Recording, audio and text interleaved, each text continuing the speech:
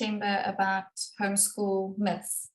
And I thought that we could talk about a few together that just hang around. They're not like your children are going to be unsocialized. That's so much out there. It's more things that parents or particularly moms maybe hold on to inside their thinking, which are myths. They're nice to have, but they're not essential for homeschooling. So the first one that you and I chatted about is the myth is that you need to have a schoolroom to homeschool successfully. So why don't you jump in and give your thoughts on that, and then I'll just chip in like normal. I think homeschooling isn't school, so you don't have to have a classroom. You can just do it at your kitchen counter or around your dining room table, or, you know, a lot of our reading aloud, and I know yours too, was just on a couch, cuddled up together, reading a book with a coffee table and a pile of whatever you're working through, sort of lying around. But there was a season where we rented a house that was very big, and we had an extra room that we could use as a schoolroom. And it was really a lovely luxury to have when I've got a big family, and my kids were still quite small. We had toddlers who needed space to tip out Legos and blocks and boxes of books and toys. And so it was lovely to not have that clutter underfoot in the dining room. Yeah. But definitely it's not a must-have. And in fact, sometimes having a schoolroom makes your home, it takes the home out of homeschooling, you know, so you actually just want to make your home a place where you're comfortable and when you learn and enjoy what you do together. Yeah, all the time. And then the other what thing, do you say? Because you've also had a schoolroom at times. Yeah, we've had different the first house that we were in, we built on an extension, but that was for music and all sorts of things that my husband's hobbies, and there was incorporated into that a space for like a real little preschool space, because that's when the kids were really little. And then we found that it was warmer in winter just to be in the house, so the room went pretty much unused. And then when we moved to Johannesburg, there was this lovely loft room, and that I think was the nicest space, because it was upstairs, and that house was quite small, and then it had this little loft that we could also again contain the toys and the play, and I even had a baby station there that I could change a nappy and not have to, you know, run back down and all that sort of thing. Yeah. And then when we finally settled in this home where we've been for almost 20 years, we ended up here behind us at the dining room table, and that was so easy for me to be able to reach all the kids at once. We had work boxes that the kids would bring their box to the table with their textbooks and their own pencil bags and everything. At the end of the day, everything in there. But then when the kids became sort of teens and they wanted to be able to focus quietly on whatever it was that they were studying at the time, they eventually set up in their own rooms, but we would all come back together for our reading, and science was in the kitchen, and the whole house became the learning space. And I was relating to you, and I think it's quite funny, is that when we had that really lovely homeschool classroom, our one toddler had covered herself in paint from an activity that I had neglected to pack up, and all the beautiful toys were covered in this orange paint. So that is the risk that you run when you set up this beautiful space and it's so aesthetically pleasing, and you popped it up on Instagram, and then your toddler walks through with mud, or you know, their latest experiment. So those are the risks, and as long as you've got the sense of humor when you clean it up, you know. But really, we don't need a schoolroom. If you have it and it's a blessing, that's great, but we don't want parents to think that they've got to go out and create a space so that they can homeschool successfully.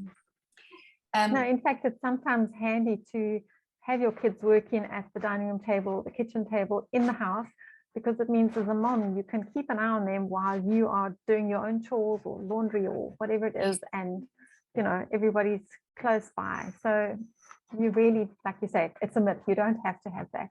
Yeah. A normal home works just fine. Yeah, absolutely. Well, that's what it's about.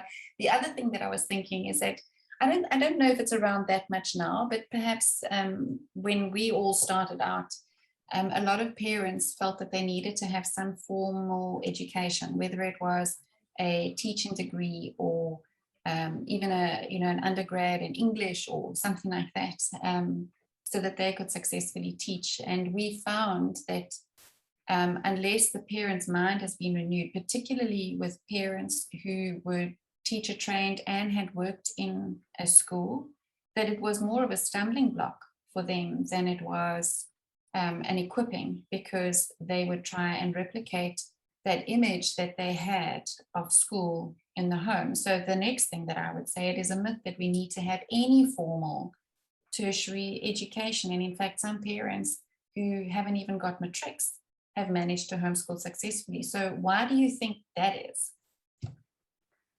Well, I think it's just the way we've all been conditioned by our own schooling, that, you know, they're the trained experts, they know how to teach.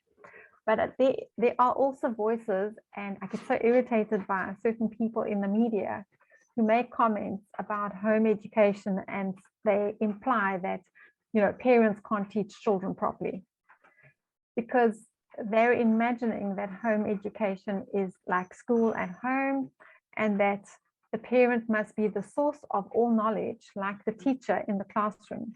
These people have no home education experience of their own, and so they don't understand that the resources that homeschoolers use, especially at high school level, are actually created with the understanding that the parent is not the expert in physics or calculus or Shakespeare or whatever the subject might be, and that these materials are created either with an expert who via video presents the material, or with such self-explanatory content and materials that a teenager who can read and write is quite competent to actually learn the stuff themselves.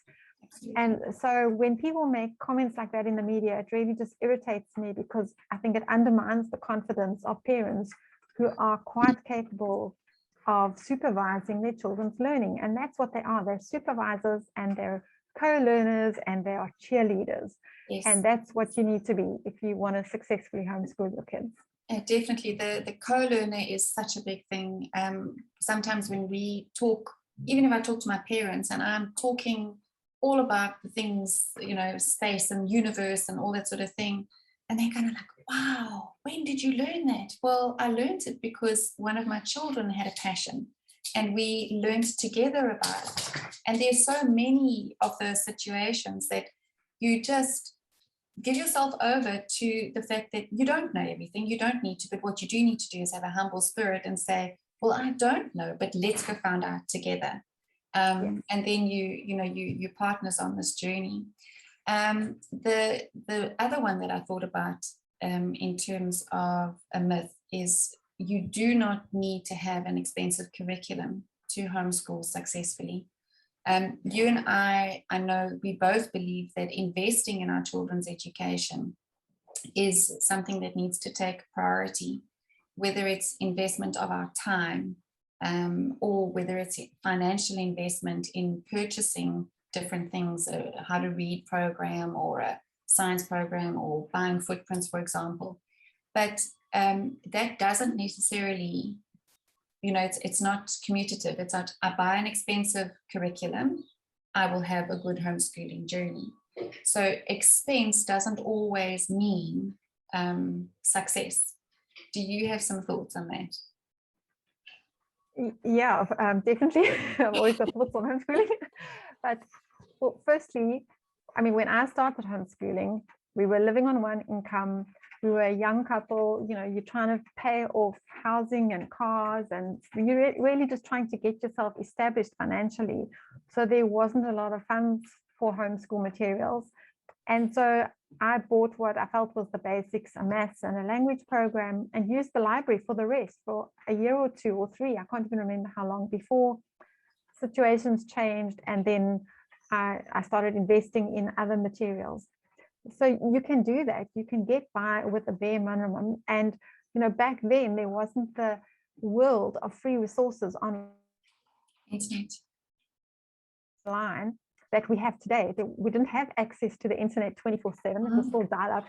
And so, you know, nowadays there's so much free stuff that you can really give your child a world-class education on a shoestring budget if you must. But on the other hand, having the convenience of good quality materials in your home and limiting your children's time on screens is also a wise move. I think they all spend too much time on screens generally today. And so I like to use more traditional resources as much as possible.